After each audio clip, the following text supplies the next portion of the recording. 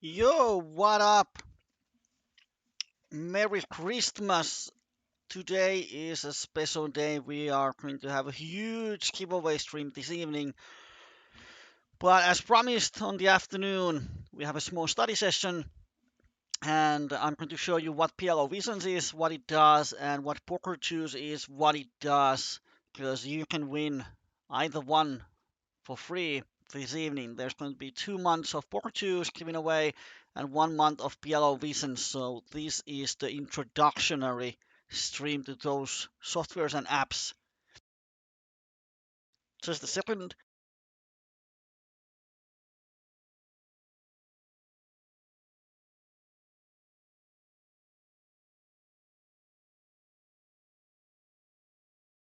Sorry, little manful for the Christmas.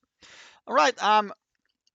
First, few words. PLO Visions is an app, web-based, that lets you explore solver solutions on different post-flop situations.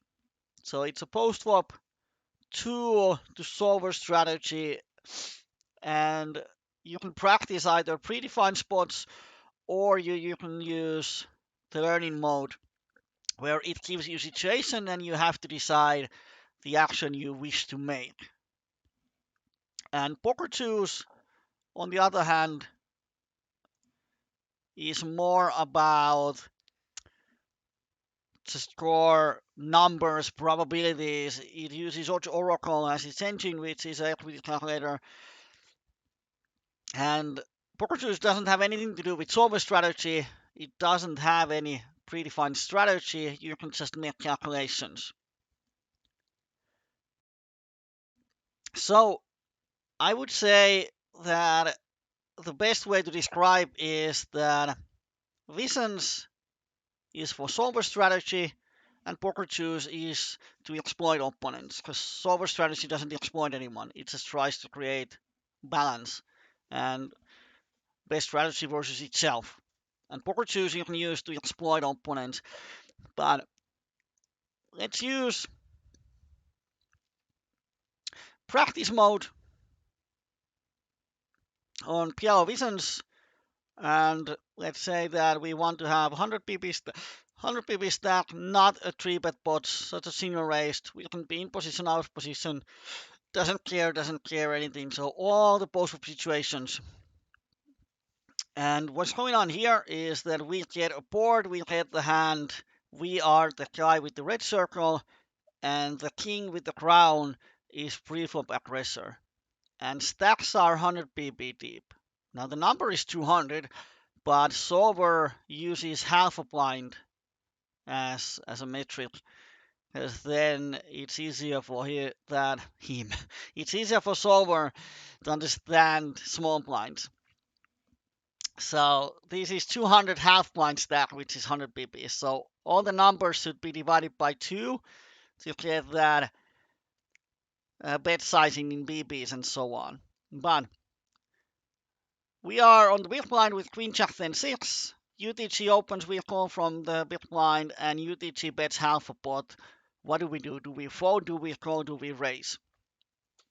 And you can go either way. You can just check one, see what solver does, try to get it right, and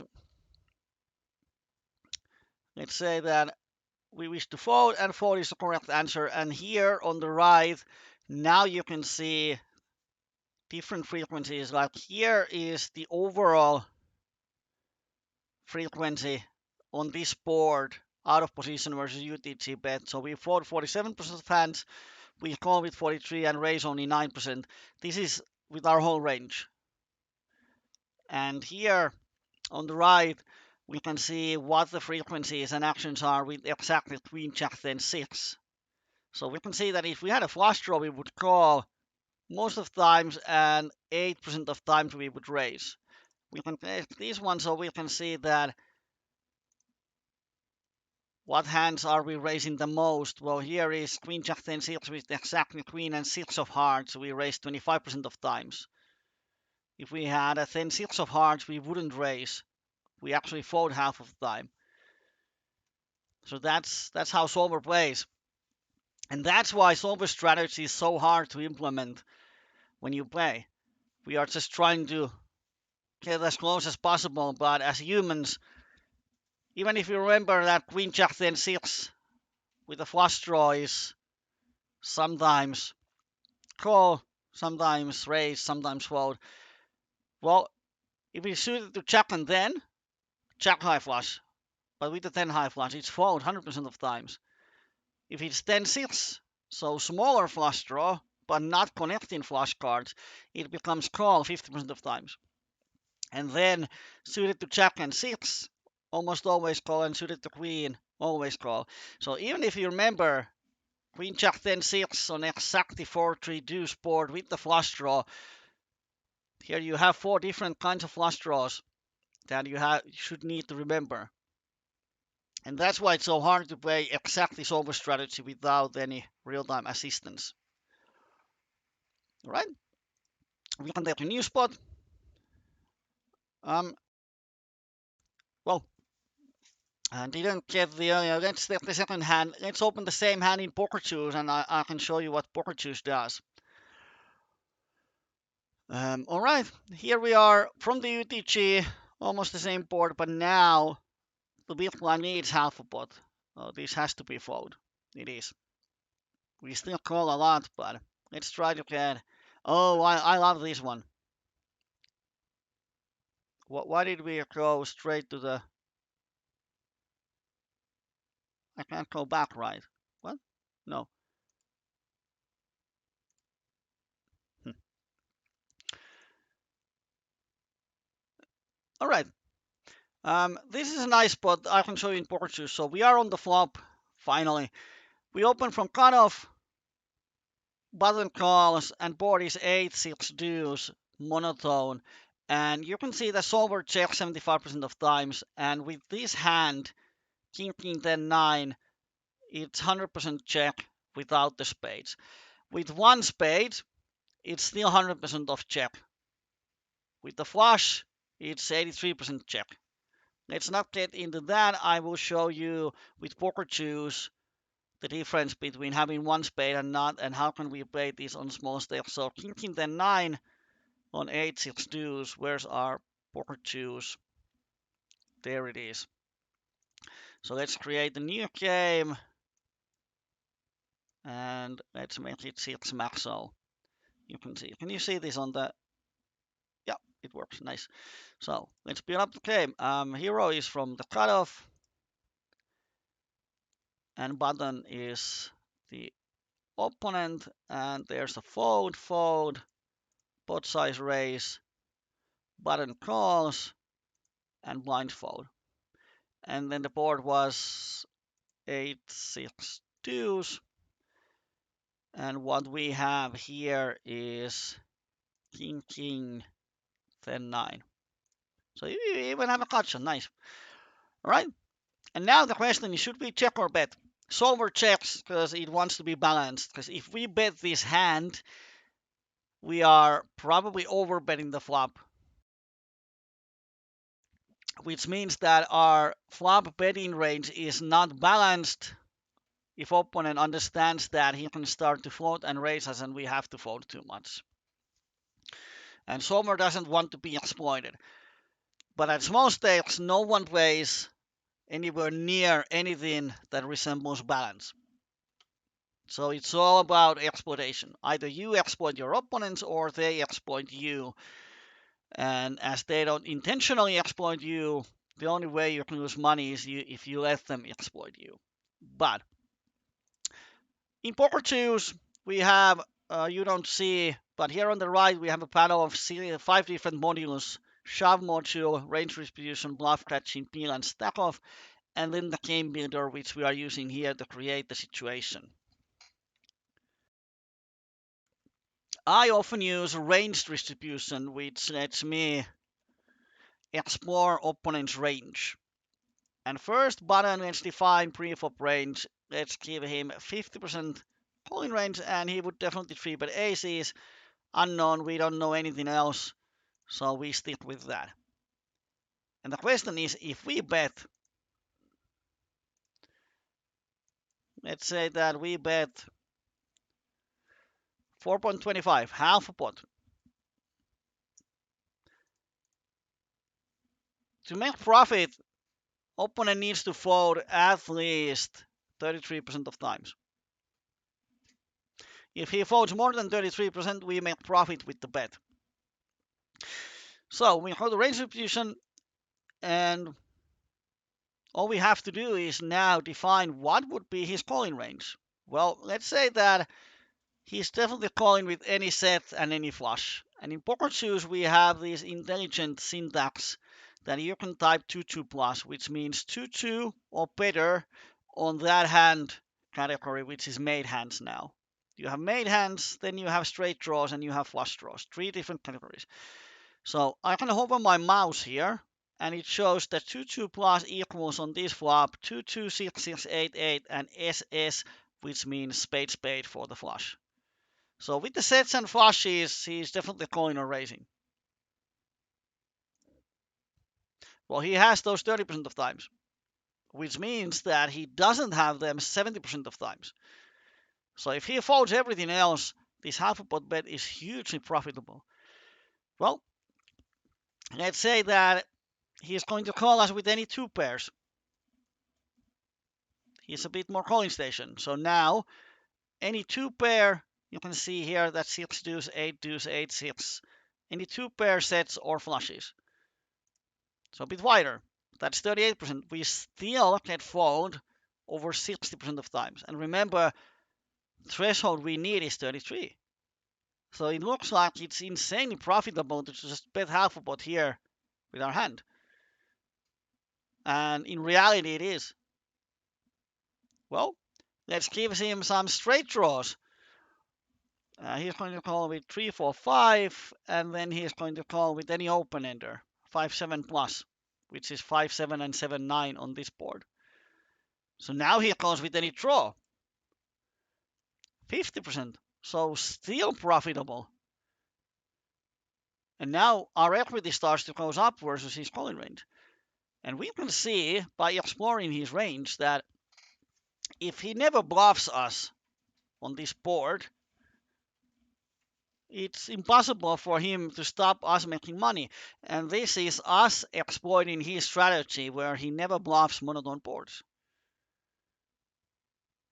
While in Solver doesn't think about that. It just wants to be balanced so that the button can exploit him. And that's the biggest difference between Solver strategy and the small stakes strategy that, in my mind, you should play on smaller stakes. Because opponents, they don't adjust to what you do. You can exploit them as much as you want. So if someone asks, should I get PLO Visions or should I get PokerJuice? The answer is, what do you want to learn? They are totally different things. Both of them are very useful. And you can even use both to just explore what would Solver do and what should I do versus real opponents. One thing here is I forgot to show you the meaning of one spades. So let's give him this a bit reasonable range. 6 deuce, 2 pairs opener. Remember the number, 38%. Let's give ourselves a king of spades. So now when we have one king of spades,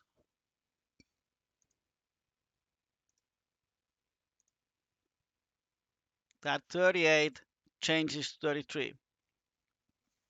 Which means that now the chance for him having a flush goes down 5%. Which means that he's folding 5% more. Our fold equity goes up. So when we make this bluff, it's even more profitable when we have one spade in our hand. And now, if you want to have some kind of frequencies and balance in a range, like I don't want to bet monotone boards always, because I'm afraid that the opponent will understand what I'm doing. So I want to bet them sometimes. So then you can start to bet with your spades blockers or any spade blocker, which means that then you bet some of time, you check some of times. You have to create the strategy yourself. If you want to follow solver strategy, the solver does it for you.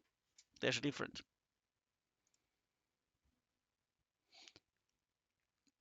Um, Same situation, but we have two pair.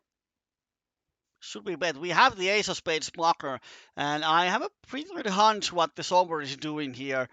I think solver is betting because it has the ace of spade blocker. No, it would check. I was wrong. Solver checks. I assume that solver checks all his nut flushes here too. Well, ace ace check 9. Let's change the situation. What were the suits? Rainbow ace ace check. All right. Ace ace jack 9. And then the board was a bit different. King jack 9. So, yes, I think this is one of those spots where you can, what would be the word?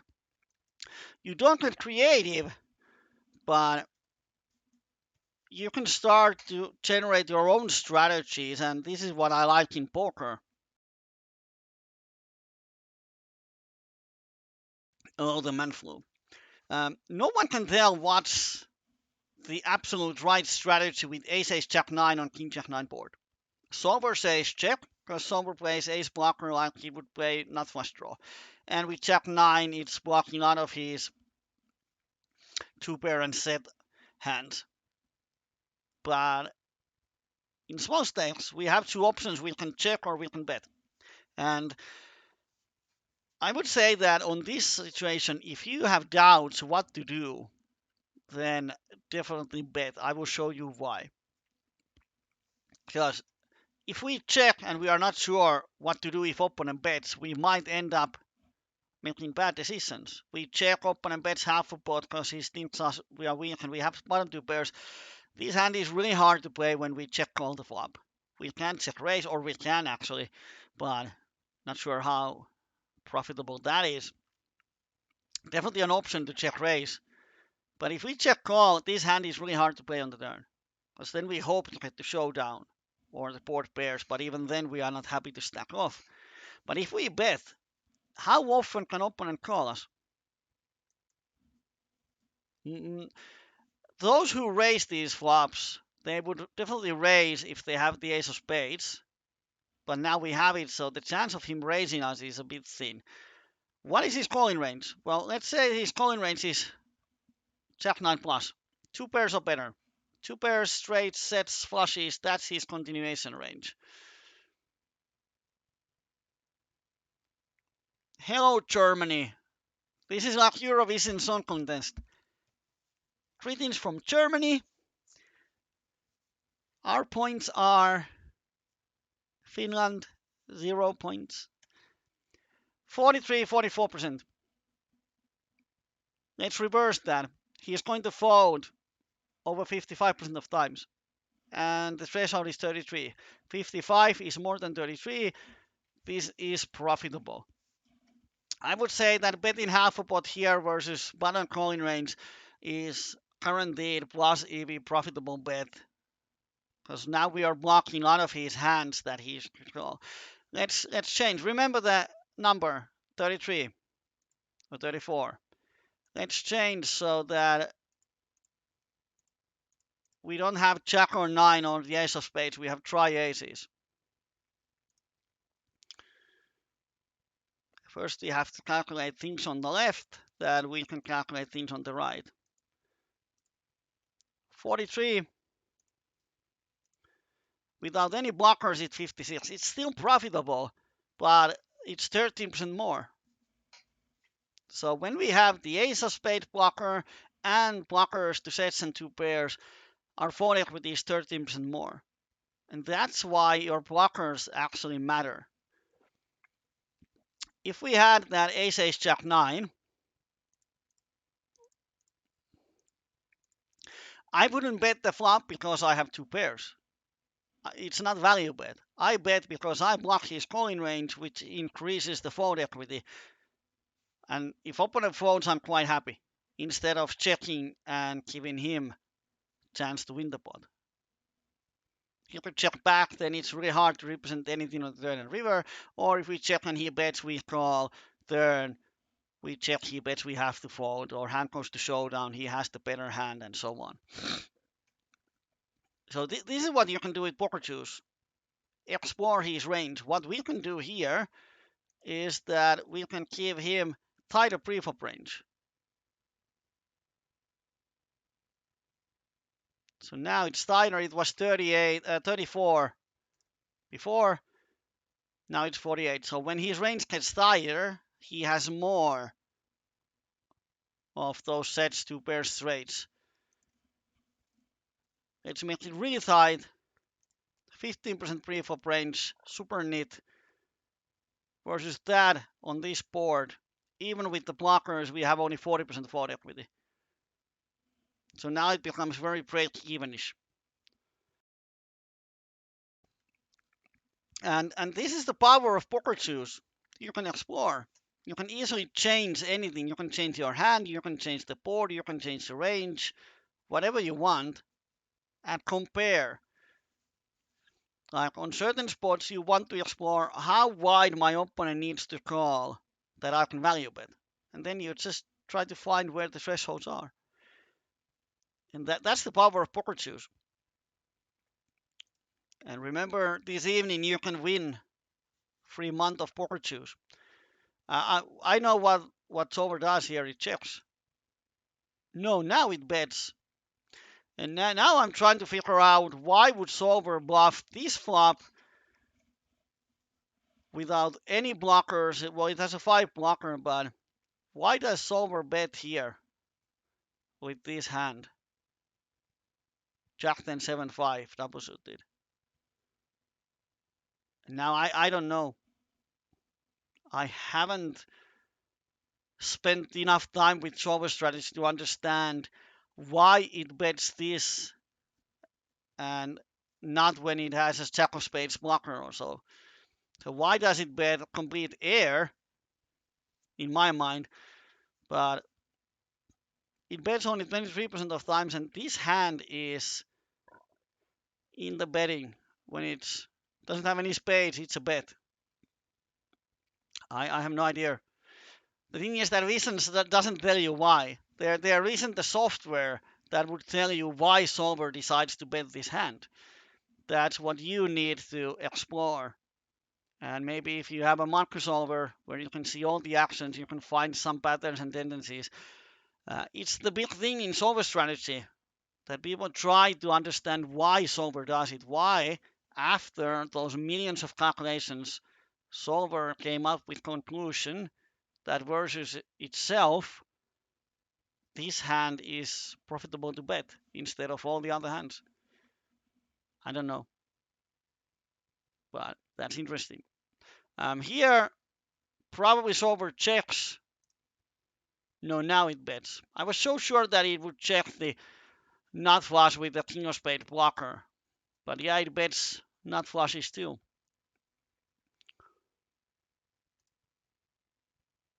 Wow, if it has king high flush, it would check.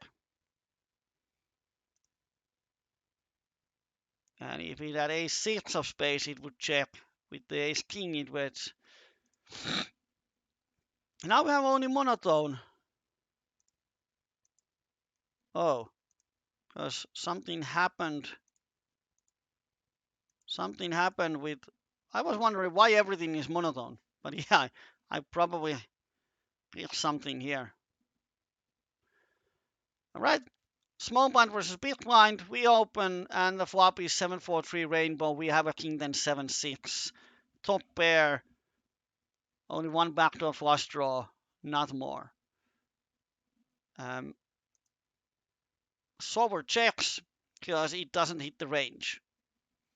And now this is where even in small stakes, 7-4-3. Let's create the situation. Well, we can use the same one actually. Don't worry about the positions.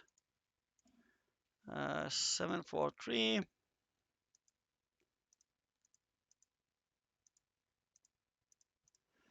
And then our hand is, my memory is so bad. King then 7-6.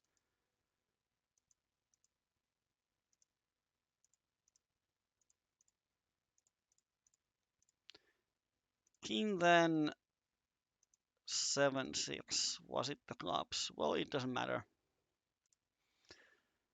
And then it's blind versus blind, so his range is definitely wide.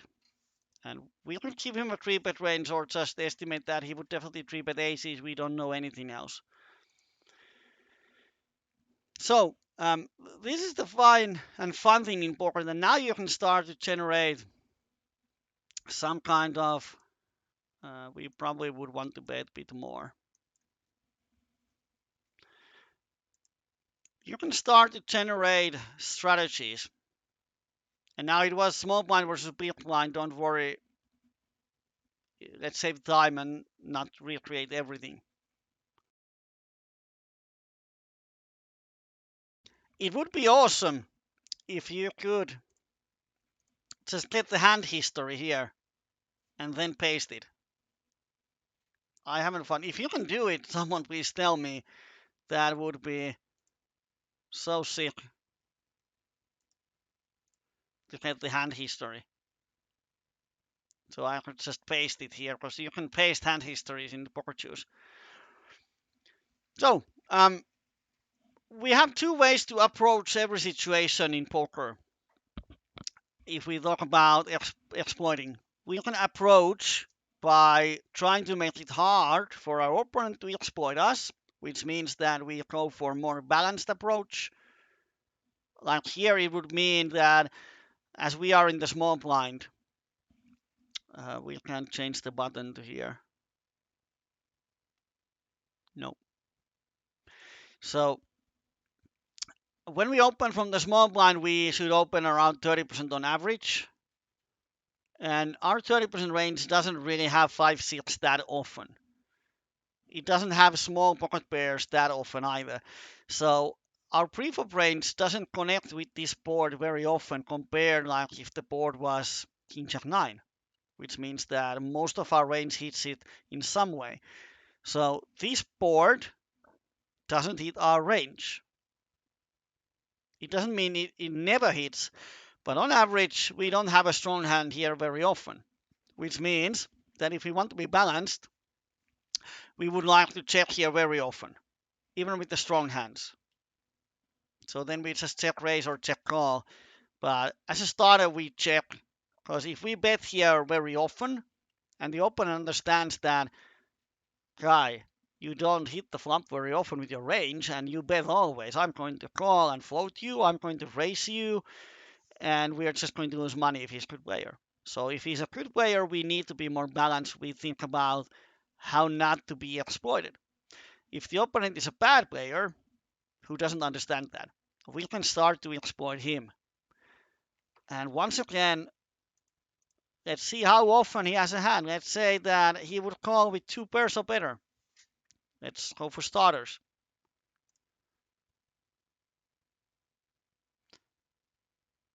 And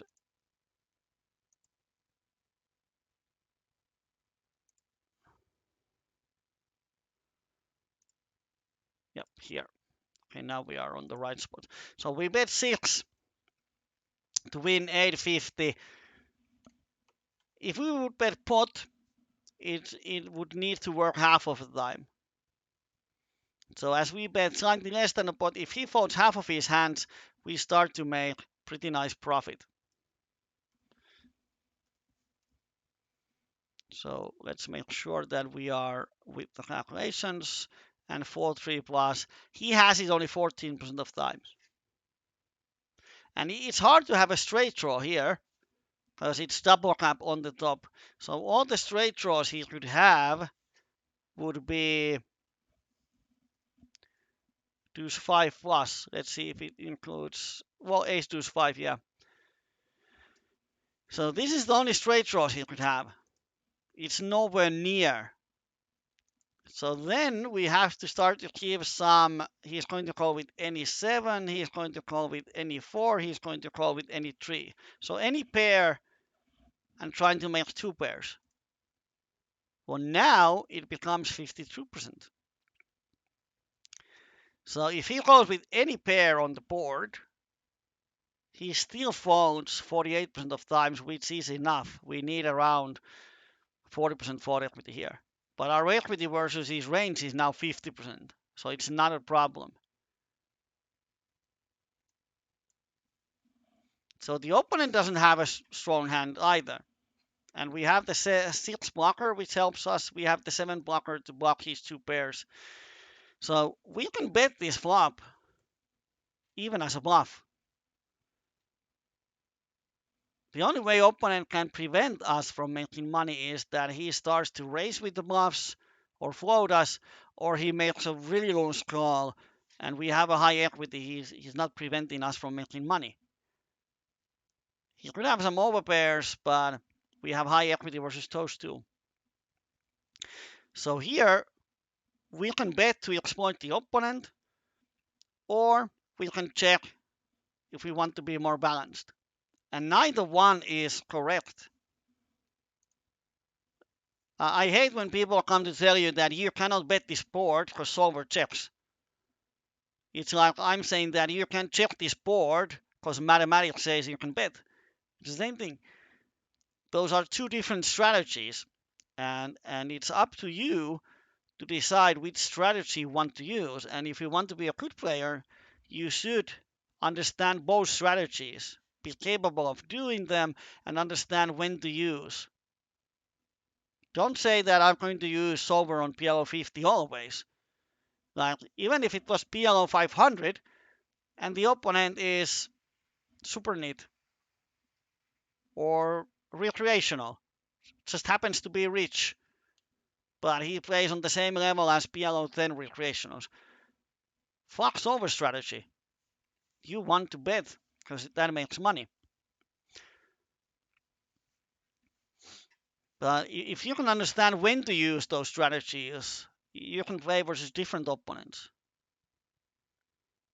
But I understand that some say that when you go to PLO 50, you have to be more balanced. I agree, because your average opponent is a lot better than on PLO then. On PLO then, your average everyday opponent doesn't ever adjust to anything you do.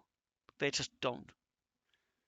Only few of those reps are capable of adjusting their strategy based on what you do.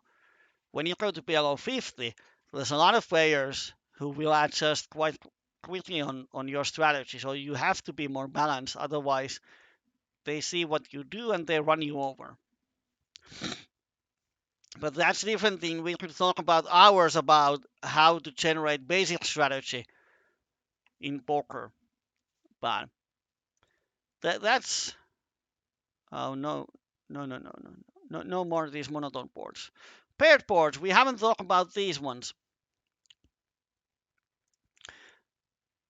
Mm.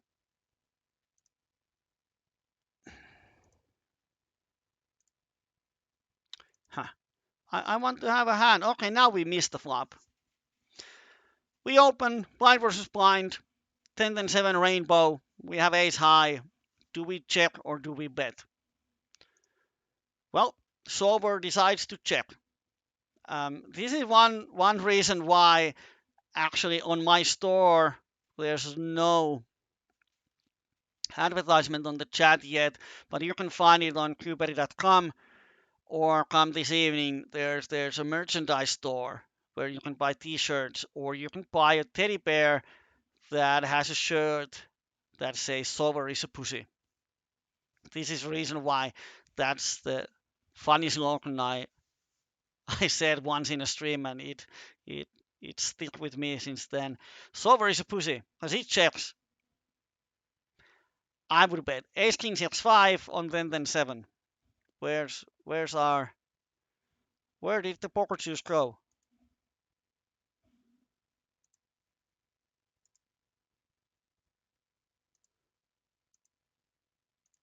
Ace king x5. Ace king x5 on then 7 without diamonds. Was it like this? Yeah. Then 7. We have the same cooldown button with wide range, blind versus small. Actually, it's small blind versus big blind. And we have ace high, so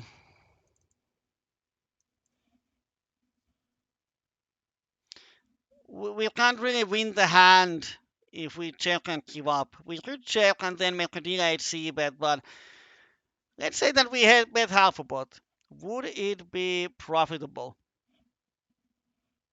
And let's assume the opponent doesn't raise us with bluffs. So he's going to call with any overpair or better. Overpair trips full houses. Could you estimate how often he's going to fold? He's going to fold 60% of times. And we need 33%. 60 is way more than 33. So it's insanely profitable. Let's give him that straight draw. Open-enders and wraps. 47. Well, it's still profitable. And he can't really call with much more. He is not going to call with pocket 9s or 8s. Or he could.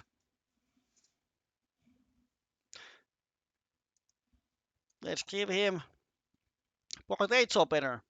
52. Still 48% fold equity, more than 33. So on the 7 rainbow board, he can't have calling range wide enough to make this bet minus EV. He can't. He needs to start to call with pocket 5s or something. If he calls with pocket 5s or better, now it's break even. Now we have 32% fold equity. And no one calls with, well, sorry. They shouldn't call with pocket 5s. So the only way that he can prevent this bet to be profitable is that he starts to raise you with air. But if he is range that he calls, he could bluff with 8-9. It wouldn't matter. Because if he folds everything but jacks or overpairs better or straight draws, he's going to fold over half of the time, which makes this half a pot bet insanely profitable. And at small stakes, you can print money by betting half pot on this board with your ace high. Solver doesn't.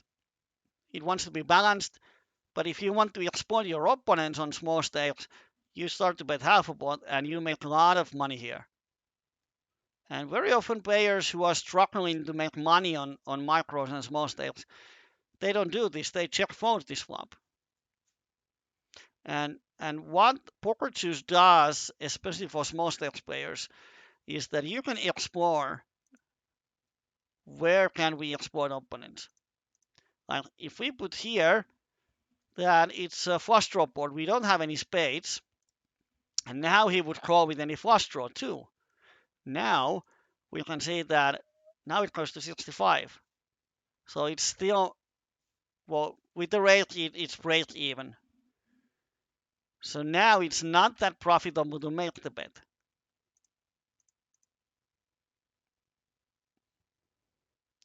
But if we have that blocker,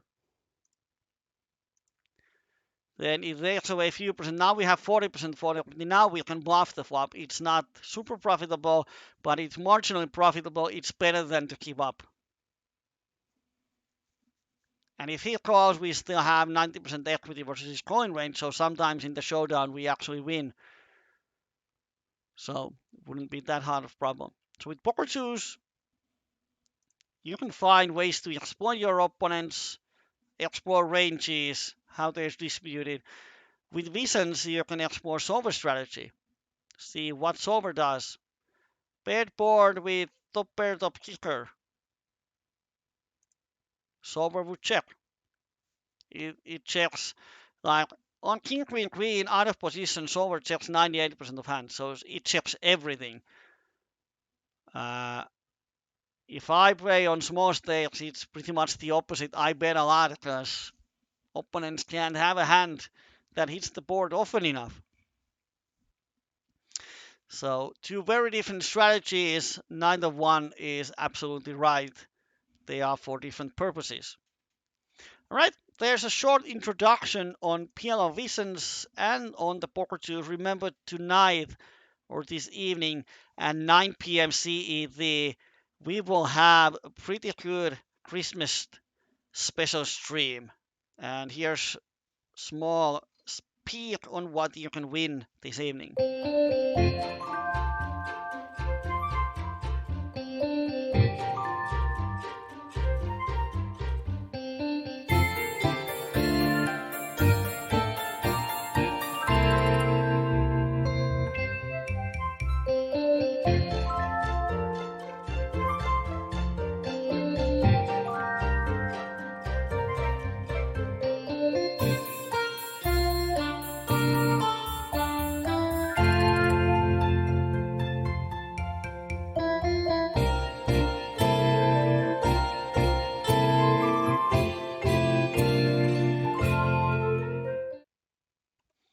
So we have a lot to give this evening. Please join at 9 p.m. CET. Giveaways will be given away probably between 9 and 11. We have so much to give away. We have 7 different cash prizes, 4 different subscriptions, teddy bear that says Solver is a pussy. And thank you, Risuaya, for following. We are actually approaching 400 too. So we might increase the jackpot. So some live PLO, going to play and run it once. Trying to make that hearts this week too. And then giveaways all the time. So please tune in. I will see you this evening. And if I don't, have a Merry Christmas to you all. And Mike Mercy follows. Thank you, everyone. I appreciate when we hit 400 followers, there's going to be $5 added money to jackpot. But let's see you in the evening. Thanks and bye bye.